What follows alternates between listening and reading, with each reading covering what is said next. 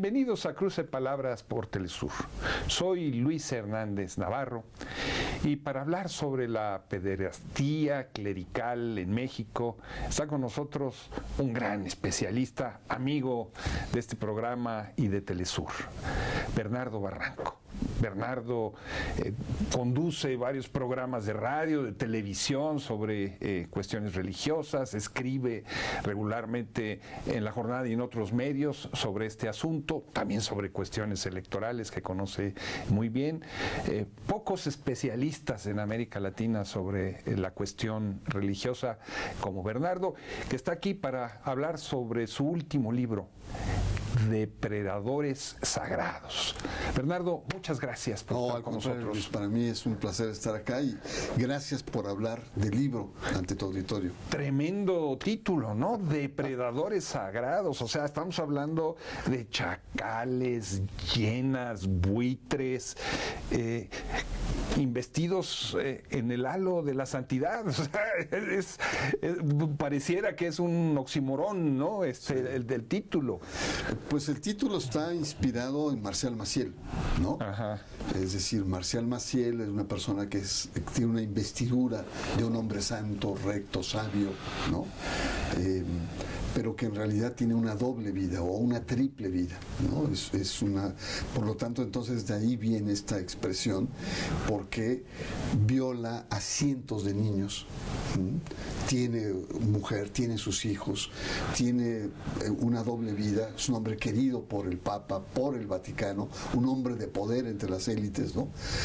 Un perverso, un tipo totalmente patológico, ¿no? Donde no tenía cabida en ninguno de esos mundos que él construyó, y lo único que estaba en medio de todo de estos triángulos existenciales era la perversidad con la que él se movía, de tal suerte que sí, el título es provocador, pero tiene a un inspirador que es el desgraciadísimo de Marcial Maciel. Los legionarios de Cristo, o los millonarios de Cristo, así como tú los has llamado en algún momento. Así a propósito de la teología de la prosperidad. Así es. El libro, Bernardo, combina testimonios personales muy duros, con reflexiones académicas, con una visión también desde dentro de la Iglesia Católica, pero también evangélica. ¿Cómo lo hiciste para articular ese concierto a tantas voces? Mira, el tema es que se ha escrito mucho ya sobre pederastia, pero la mayor parte son artículos periodísticos, ensayos académicos, y están muy marcados por el momento. También es cierto que el tema de la pederastia a nivel internacional está como decayendo, ¿no? Ya no tiene el impacto que tuvo hace 10, 15 años. Entonces sí hacía falta hacer como una especie de recuento de lo que está pasando, y paradójicamente el título es desmacielizar el tema de la pederastia en México, ¿no? ¿Por qué? Porque lo de Maciel ya está muy gastado, ¿no? Ya no hay más, digamos, perversidad que encontrar de la que ya se ha encontrado. Y sin embargo el tema sigue muy vigente. El propio episcopado mexicano hace un año declaró que había 152 curas que habían sido retirados de su cargo por cuestiones de abuso sexual a menores. El cardenal Norberto Rivera, antes de salir, dijo que había 16 que había puesto curas, que había puesto a Roma. Bueno, ¿quiénes son? ¿Dónde están? ¿Tienen un juicio penal? ¿En qué parroquias? ¿En qué diócesis? No sabemos nada. Sigue entonces, por lo tanto, la opacidad. Entonces el libro responde a eso desde diferentes ángulos, hace una especie como de radiografía. ¿Dónde está hoy esta dimensión de los depredadores en un México actual, en un México contemporáneo, con nuevos temas? De salir, digamos, de la denuncia, de la queja, ¿no? Y tratar de hacer propuestas de cómo cómo enfrentar este tema. En este arcoíris de testimonios y reflexiones, hay uno que a mí me llama mucho la atención, el de Cristina Sada, ¿no? Esta mujer que viene del mundo del poder regiomontano, ha estado aquí con nosotros en algún programa, 1 o 2 programas, que hace una pregunta tremenda. Dice, ¿cómo es posible que después de tantos escándalos y de tantos abusos demostrados de Marcial Macié, los millonarios, los ricos de Nuevo León sigan mandando a sus hijos a sus escuelas? Así es. ¿No? Y sigan teniendo preponderancia entre las élites económicas, además. Ajá. Llámese los Slim, los grandes empresarios. A mí me fascinó también este texto, porque es una pregunta pues muy obvia, ¿no? Entra en crisis los legionarios, su fundador es señalado y los colegios siguen rebosantes. Y la respuesta, porque además la metodología que usa ella, se va a entrevistar a los familiares, a los padres que envían a los hijos. Claro, es un sector muy alto. Y descubre algo que a mí me dejó sorprendido como respuesta.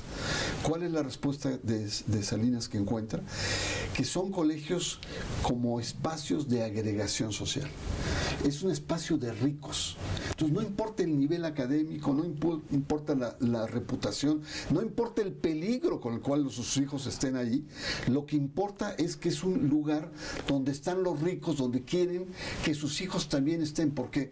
Porque son lugares donde van creciendo, se van armando las amistades, los amores, las relaciones, como si estuviéramos en la Edad Media. Es verdaderamente sorprendente la respuesta que encontró Cristina, ¿no? El espacio de agregación social. Tu prólogo, Bernardo, ordena muy claramente los ejes para pensar el problema, ¿no? Habla de la institución eclesial, habla de las relaciones de poder y lo que significan dentro de esa misma institución, pero también fuera de ella. Habla del asunto del patriarcado. ¿Cómo es que conceptualizaste tú esto? Y todo esto lo combinas además con la forma en la que durante las últimas décadas la Iglesia Católica ha venido enfrentando el reto, lo que dijo Ratzinger, lo que ha dicho el actual Papa, en fin, pero ¿por qué estas claves, por qué estos ejes son los pertinentes para ti? Porque me parecía muy importante historizar el tema de la pederastia. El tema de la pederastia tiene como diferentes etapas. Una primera etapa es la de los heroicos valientes denunciantes que se enfrentaban a todo. José Barba, que tú señalas y además presentas con una gran generosidad, ¿no? Y José Barba junto con otros van solos contra el mundo, tienen encima al Vaticano, a los medios, a la propia Legión de Cristo, a los empresarios, ¿no? Cuando se presentan en CNI Canal 40 en 1997, los empresarios hacen un boicot al canal, a ese momento de aquel lejano Ciro Gómez Leiva, ¿no? En el año 97. Entonces, tienes ahí entonces un primer momento de heroicidad de las víctimas. Luego tienes el boom mediático, que es una segunda gran etapa. Gracias al Boston Globe, en 2002, periodismo de investigación saca a relucir, lo documenta, se arma un escándalo, la iglesia tiembla, pero no solamente en Estados Unidos, después empieza en Bélgica, en Alemania, en Brasil, en Chile, se expande y se convierte en una crisis planetaria para la iglesia, solamente comparable con la crisis de la Reforma en el siglo XVI. Tiembla, la autoridad moral de la iglesia se desploma, hay caídas de católicos en Estados Unidos, en muchos lados. Y de financiamiento, dices tú. Y por supuesto, la crisis actual del Vaticano se debe también a esta salida. Pero mediáticamente se conforma un fenómeno, es decir, la pederastia se convierte en mercancía y se genera todo, podríamos llamar un género de pederastia, ¿no? ¿no? Las víctimas, el dolor de ellas, sus testimonios, ¿no? El papel de la iglesia, entonces se crean películas. Incluso una película gana el Oscar, documentales, series de televisión, montajes, en fin, se crea toda una industria porque es algo y después viene un vaciamiento, se ha desgastado esa fórmula. Y estamos en un momento diferente, estamos en un momento en donde lo que vale es, uno, la presencia de la sociedad civil, la pujanza de una sociedad civil, que generalmente en los países se ha dado con las víctimas que se han articulado entre sí y han generado organizaciones de la sociedad civil, como en Chile, que son muy fuertes, y dos, la intervención del Estado. Es decir, de nada sirve las condenas y los castigos canónigos, que son de risa, ¿no? Te encuentran una falla grave y te sacan de la iglesia, punto, ¿no? Ni siquiera te excomulgan como Hidalgo, simplemente quedas fuera de condición laical. Estaríamos nosotros condenados, somos laicos, yo sería un laico católico, esa sería la condena que recibiría un sacerdote a una situación normal. Pero los estados lo que están haciendo en algunos países, están atrayendo los casos y están aplicando todo el rigor de la investigación, ¿no? Y están aplicando sanciones severas. Entonces estamos en un momento diferente, estamos en un momento importante como en Chile.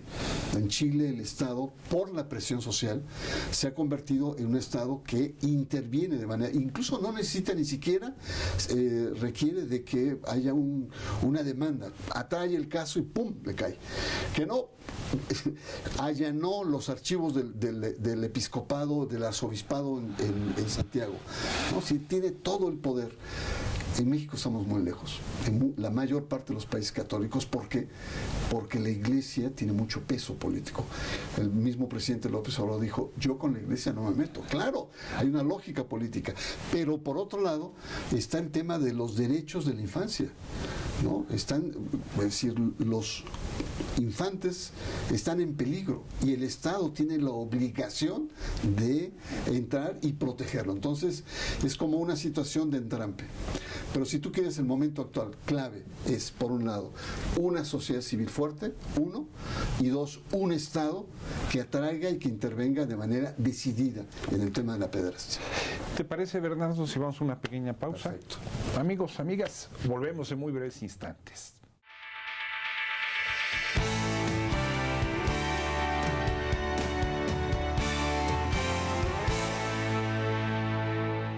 Estamos ya de regreso en este cruce de palabras, conversando con Bernardo Barranco, economista, maestro en estudios de las religiones, una autoridad latinoamericana, diría mundial, no exagero, en todo lo que tiene que ver con las religiones hoy en día. Y estamos conversando sobre su último libro, Depredadores Sagrados, Pederastía Clerical en México. Una de las cosas que se señala en el libro, Bernardo, es cómo la Iglesia Católica ha construido relaciones de complicidad con los curas pederastas, y un ejemplo emblemático de ellas es el de Norberto Rivera. Y ahí Mónica Uribe, ¿no?, nos cuenta quién es este personaje. Tú lo has contado también, ¿no? Un personaje de origen indígena que se castellanizó hasta muy mayor, pero que después le gustaba comer con vinos Petrus y con grandes reservas. De 2.500 pesos que podemos dar, de $100, ¿no? Para empezar, para arriba, sí, de sus comidas de diario, ¿no? Como parte de sus votos de pobreza, me imagino. Pero que es un personaje poderosísimo, fue arzobispo de la Ciudad de México, ¿no? ¿Cómo explicarnos este poder de estos personajes? ¿Cómo es que su feligresía se lo permite? ¿Cómo es que las instituciones del Estado mexicano las aceptan, se vuelven sus grandes amigos? Sí, no, es un conjunto de situaciones. Norberto Rivera, en el caso de Norberto Rivera, él es discípulo de Marcial Maciel, Marcial Maciel fue su mentor. Él lo saca de una pequeña diócesis de Tehuacán, que es una diócesis de corte rural, y lo eleva a la Ciudad de México, que es la arquidiócesis primada, la primera, la más grande, y ahí se da esa red de complicidades. Todos los contactos que tenían los legionarios y Maciel pasan al cardenal, y el cardenal se vuelve a la vez en un protector, entre ellos está. A nivel mundial hay muchos casos parecidos. Hay un caso que me llamó muchísimo la atención, porque trasciende a los papas, y es el caso de McCarrick, que está en el libro, que es un cardenal, Theodore McCarrick, es un cardenal de Washington, amado en Roma porque traía mucho dinero, ¿no? Recolectaba y campañas para los niños en África y los niños en Asia y acá y allá. Y en una de las visitas, un enemigo del Papa Francisco, de ultraderecha, le reprocha que está protegiendo a un pederasta. Francisco dice, a ver, no entiendo muy bien, por favor, y hay una carta muy dura, y él manda a hacer una investigación de Estado Vaticano, lee al secretario de Estado. Y entonces es un documento de más de 25,000 páginas, que salió a mediados del año pasado, y narra la complicidad de todos los actores religiosos en el ascenso de este personaje. Cuando iba a ser cardenal originalmente para Nueva York, obispos cercanos, gente cercana, recomiendan no hacerlo porque tiene antecedentes de homosexualidad y tener relaciones sexuales con jovencitos seminaristas. Entonces no acepta Juan Pablo II, y ya no lo nombra en Nueva York, sino lo nombra en Washington. Y él tenía la tesis de que era ataques, ¿no?, contra la iglesia, como había en Polonia, ¿no?, desprestigiar, y lo encumbra este señor. Después Benedicto XVI lo consiente porque es un hombre muy activo, el lobby, muy cercano a los demócratas. Benedicto XVI era más cercano a los republicanos, era un equilibrio, traía mucho dinero y tal, y lo consiente. Hasta el Papa Francisco. Sí, estamos hablando de un personaje que es apoyado por 3 papas, ¿no?, y por toda la estructura, cuando era un verdadero sinvergüenza este tipo, en términos de moralidad sexual, una especie de Maciel, doble, triple vida, perversidades, etcétera, ¿no? Se iba con sus jovencitos y los paseaba por el mundo, alquilaba yates, en fin, una serie de cosas que no te puedes imaginar. Miembro de la iglesia que rompe con todos los principios morales de la iglesia. Entonces, estos casos son los casos que recién a través de los medios, a través de nuevas redes, de nuevos canales, se están descubriendo, pero que probablemente siempre han existido al interior de la iglesia. Y ahí nos vamos con Foucault, ¿no?, donde el problema de la perversidad sexual no solamente es un problema de cierta orientación, es un tema de poder. Entonces, todos estos personajes, cuando hablas de Norberto Rivera y estos, son hombres de poder que se sienten por encima de los demás. Entonces ahí hay una especie de bache o un área de investigación muy importante entre sexualidad, religiosidad y poder. El libro se pregunta también si este problema de la pederastía está localizado exclusivamente en la Iglesia Católica o se hace extensiva también hacia el mundo, en este caso específico del protestantismo, y lo aborda. Y una de las tesis que tú planteas en tu presentación, porque está desarrollada en el libro, es cómo en estas iglesias y en estas denominaciones hay una especie de pacto de silencio, de ocultar este tipo de aberraciones para no dañar la institución. Como si decir la verdad fuera un ataque a la institución. Sí, totalmente, sí. El artículo, muy bien escrito por un gran especialista, Leopoldo Cervantes, él lo que señala ahí es efectivamente lo mismo que pasa en la Iglesia Católica, pasa en las otras iglesias. Pero claro, el foco está puesto en la Iglesia Católica, más bien los reflectores están ahí, pero hay igualmente conductas muy inadecuadas. Y rompe también con otra tesis, que es la tesis del celibato. Porque muchas dicen, es que tengan vida sexual, que se les permita para que no sean... El tema no es ese, el tema es que muchos pastores que tienen pareja, incluso en algunas iglesias evangélicas, hasta 2 parejas, ¿no? El tema persiste, y es ahí donde volvemos al tema de Foucault, del poder, ¿no? La subordinación, que la teóloga en el primer capítulo, Ruth, lo que señala es una tesis feminista en donde hay una especie como de masculinidad sagrada, ¿no? Es decir, el pastor, el cura, el clérigo es el dueño o es el conductor de tu alma, de tu espiritualidad, es dueño de tu alma y por lo tanto también de tu cuerpo.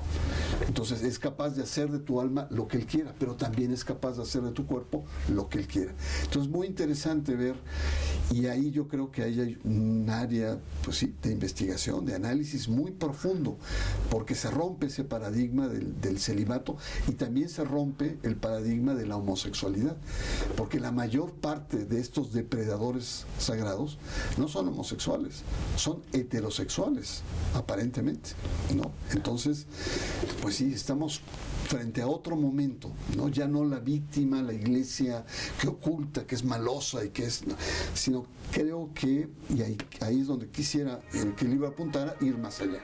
Bernardo, hablas también cómo ha enfrentado la Iglesia Católica el problema de la pederastía, cómo Ratzinger responsabiliza a la revolución sexual del 68 de la contaminación eclesial, ¿no?